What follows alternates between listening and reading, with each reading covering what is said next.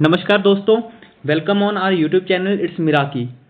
पिछले वीडियो में हमने डिस्कस किया था नेचुरल लॉ स्कूल का पार्ट 1, जिसमें हमने ये डिस्कस किया था कि नेचुरल लॉ स्कूल के अंदर जो सोर्सेस ऑफ लॉ होते हैं वो या तो गॉड होता है या रीजनिंग होती है, ह्यूमन रीजनिंग, या फिर नेचर होता है।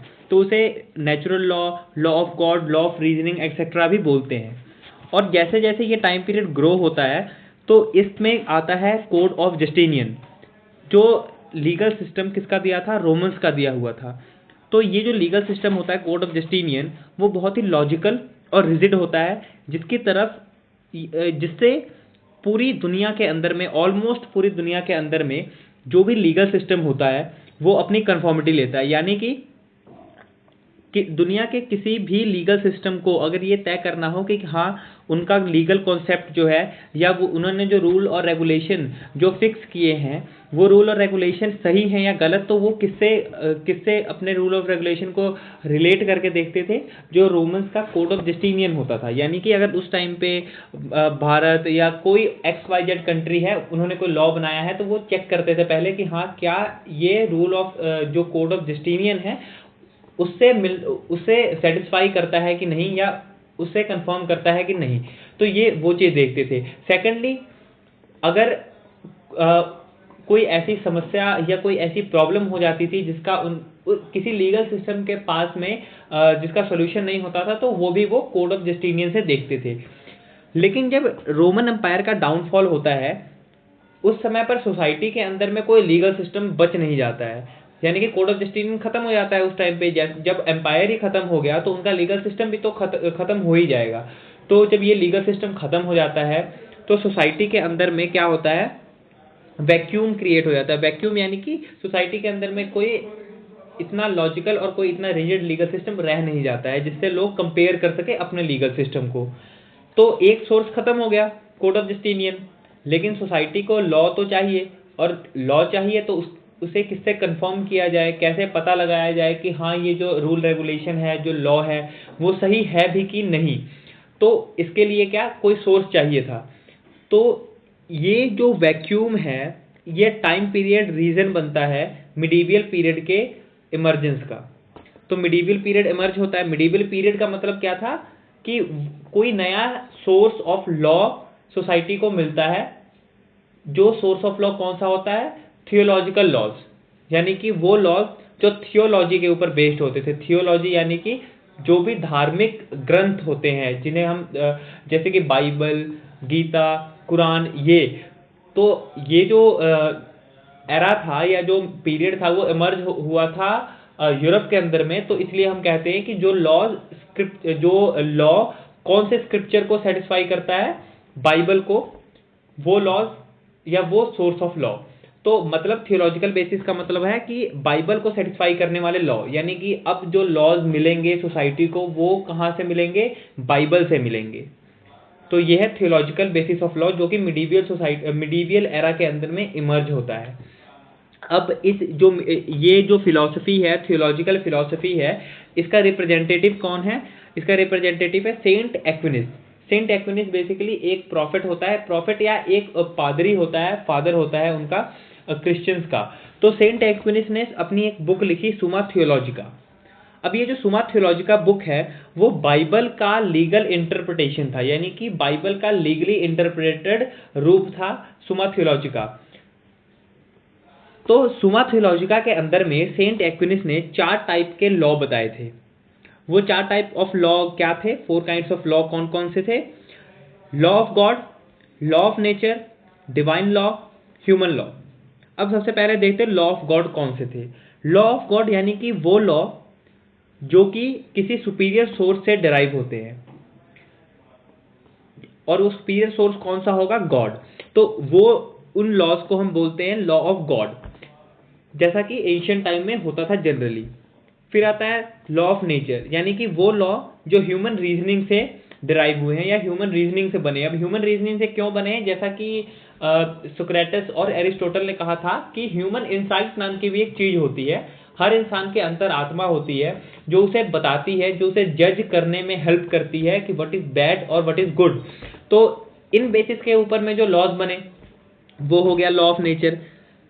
जो कि लॉ मतलब कि लिखे नहीं होते हैं, लेकिन हर इंसान को पता होता है कि ये चीज़ गलत है, ये चीज़ सही है, तो मुझे ये करना चाहिए और ये नहीं करना चाहिए। तो वो हो गया लॉ ऑफ नेचर। फिर आता है डिवाइन लॉज, यानी कि वो लॉज जो स्क्रिप्चर्स को कंफर्मिटी कर देते हैं, यानी कि जो लॉज बाइबल से बने हैं, ठीक है, स्क्रिप्चर से बने हैं। उसके बाद आता है ह्यूमन लॉ। ह्यूमन लॉज कौन से लॉ होते हैं? तो वो लॉज जो कि मैन मेड लॉज होते हैं, आर्टिफिशियल लॉज होते हैं, यानी कि जो कि लॉ इंसानों ने बनाए होते हैं। मतलब हर एक सोसाइटी के अलग अलग रूल रेगुलेशंस हो सकते हैं, जो कि कस्टम्स हो सकते हैं, रिचुअल्स हो सकते हैं, तो वो लॉ ऑफ ह्यूमंस होते थे या ह्यूमन लॉज होते थे। तो 4 टाइप के लॉज उसने बताए थे, law of God, law of nature, divine law और ह्यूमन लॉ। अब इन जो 4 टाइप्स ऑफ लॉज थे, इन लॉज में उसने डिवाइन लॉ और लॉ ऑफ गॉड जो होते थे उन्हें उसने सबसे ऊपर रखा था, और जो ह्यूमन लॉज होते हैं उन्हें उसने नीचे रखा था। यानी सुपीरियर कौन से हुए? डिवाइन लॉ, और इंफीरियर कौन से हुए? Human laws. तो उसने ह्यूमन लॉज को या मैन मेड लॉज को इंफीरियर क्यों कहा?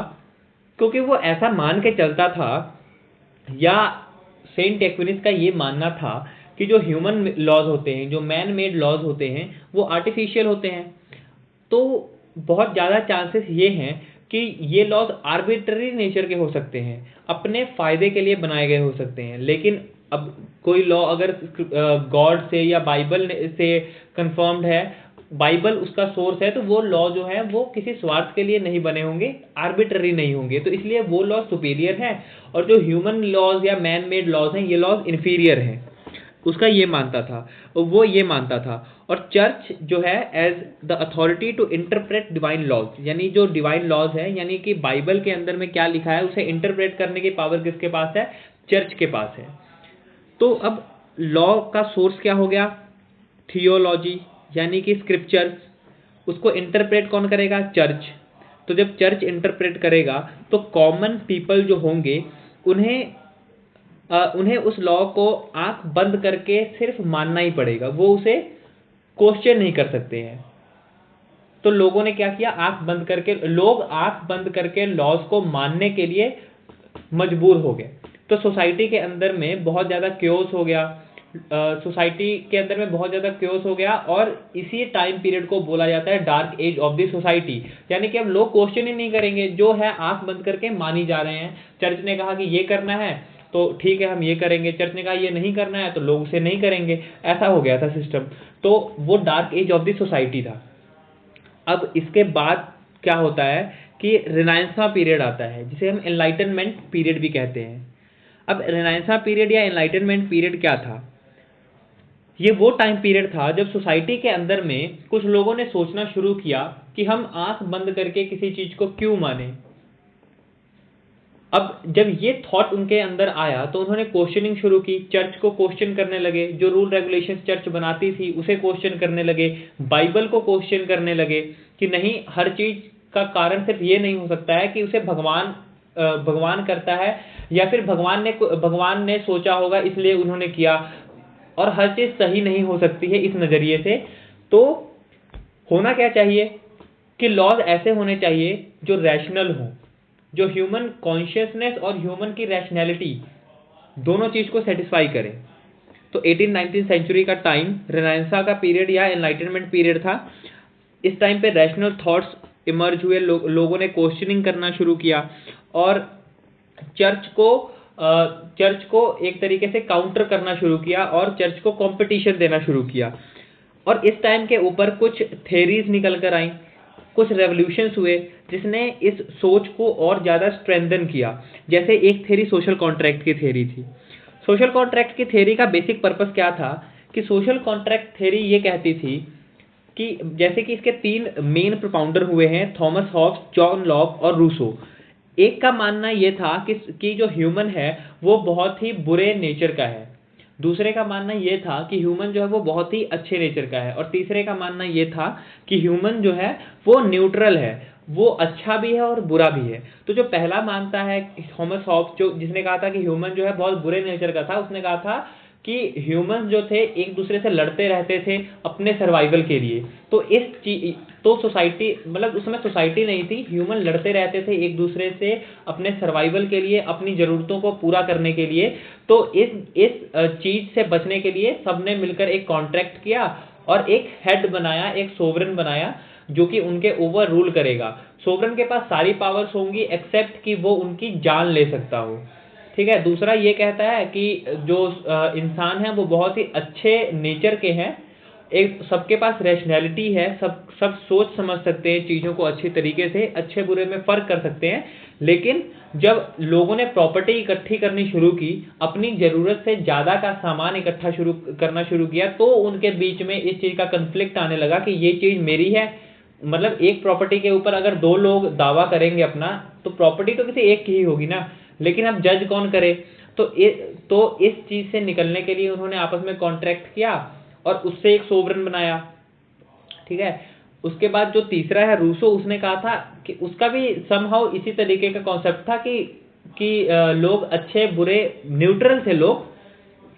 तो अब क्या हुआ कि कॉन्सेप्ट ऑफ प्रॉपर्टी आई, तो इस मामले में फिर लोगों के अंदर में एक दूसरे को लेकर के कंफ्यूजन या कन्फ्लिक्ट्स आए, तो उससे बचने के लिए उन्होंने सोवरेन को एक सोवरेन बनाया, एक हेड बनाया। तो ये चीज़ थी इस सोशल कॉन्ट्रैक्ट थ्योरी में, मतलब कि एक सोवरेन होगा जो लोगों के लिए लॉज बनाएगा। ठीक है। ये चीज़ कॉन्सेप्ट आया। दूसरा कॉन्सेप्ट आया अगस्त कॉम्टे का। अगस्त कॉम्टे जो सोशोलॉजिस्ट थे, जिन्होंने 3 स्टेजेस ऑफ लॉ का कॉन्सेप्ट दिया, यानी कि जो उन्होंने ये कहा था कि लॉ जो होता है वो कैसे इमर्ज होता है।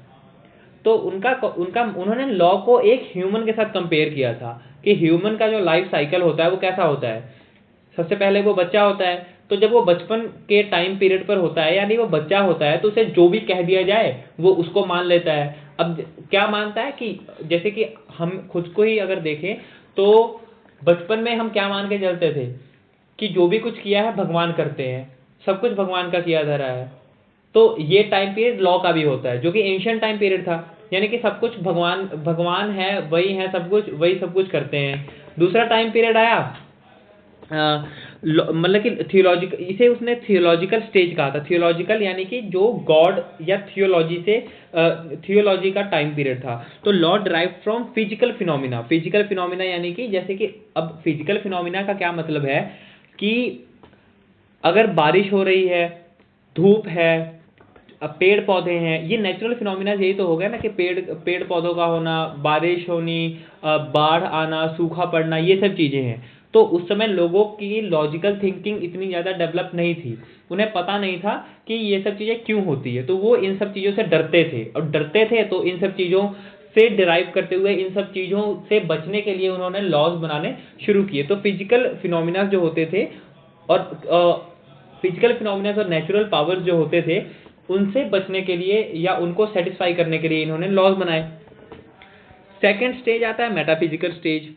ये थियोलॉजिकल स्टेज का ही थोड़ा मैच्योर्ड फेज था, जिस टाइम पे लोगों ने ये मानना शुरू किया था कि भगवान नाम की कोई चीज होती है, कोई गॉड है। पहले वो नेचर को मानते थे, इस टाइम पीरियड पर वो गॉड को मानने लग गए थे। और पर गॉड होते हैं, लेकिन गॉड कोई एक कंक्रीट थिंग नहीं है, कोई एक मतलब कंक्रीट थिंग यानी कि कोई उसका रूप रंग, कोई आकार नहीं है। गॉड है, कोई शक्ति है। तो मतलब कि अब लॉज जो है वो थोड़ा रैशनल होने लगा, थोड़ा लॉजिकल होने लगा, लेकिन फिर भी सेटिस्फाई किसको करता था? गॉड को ही करता था। ठीक है। तीसरा टाइम पीरियड आया पॉजिटिव या साइंटिफिक स्टेज। अब ये जो पॉजिटिव या साइंटिफिक स्टेज था, ये वो टाइम पीरियड था जब लोगों की रैशनल थिंकिंग डेवलप हुई, लोगों ने चीज क्यों होती है पहले जाना। मान लो कि अगर सूखा आ रहा है तो क्यों आ रहा है, ठीक है। कोई इंसान अगर कुछ कर रहा है तो उसके पीछे का कारण क्या है, तो इन चीज़ों को समझा। फिर उसके बाद उसके लिए लॉज बनाने शुरू किए, उसके लिए रूल रेगुलेशन बनाने शुरू किए, यानी कि साइंटिफिक थिंकिंग, साइंटिफिक टेम्परामेंट के साथ में लोगों ने लॉज को बनाना शुरू किया, यानी कि कॉज एंड इफेक्ट रिलेशनशिप ढूंढना शुरू किया और उसके हिसाब से लॉ बनाना शुरू किया। तो ये पॉजिटिव और साइंटिफिक स्टेज था।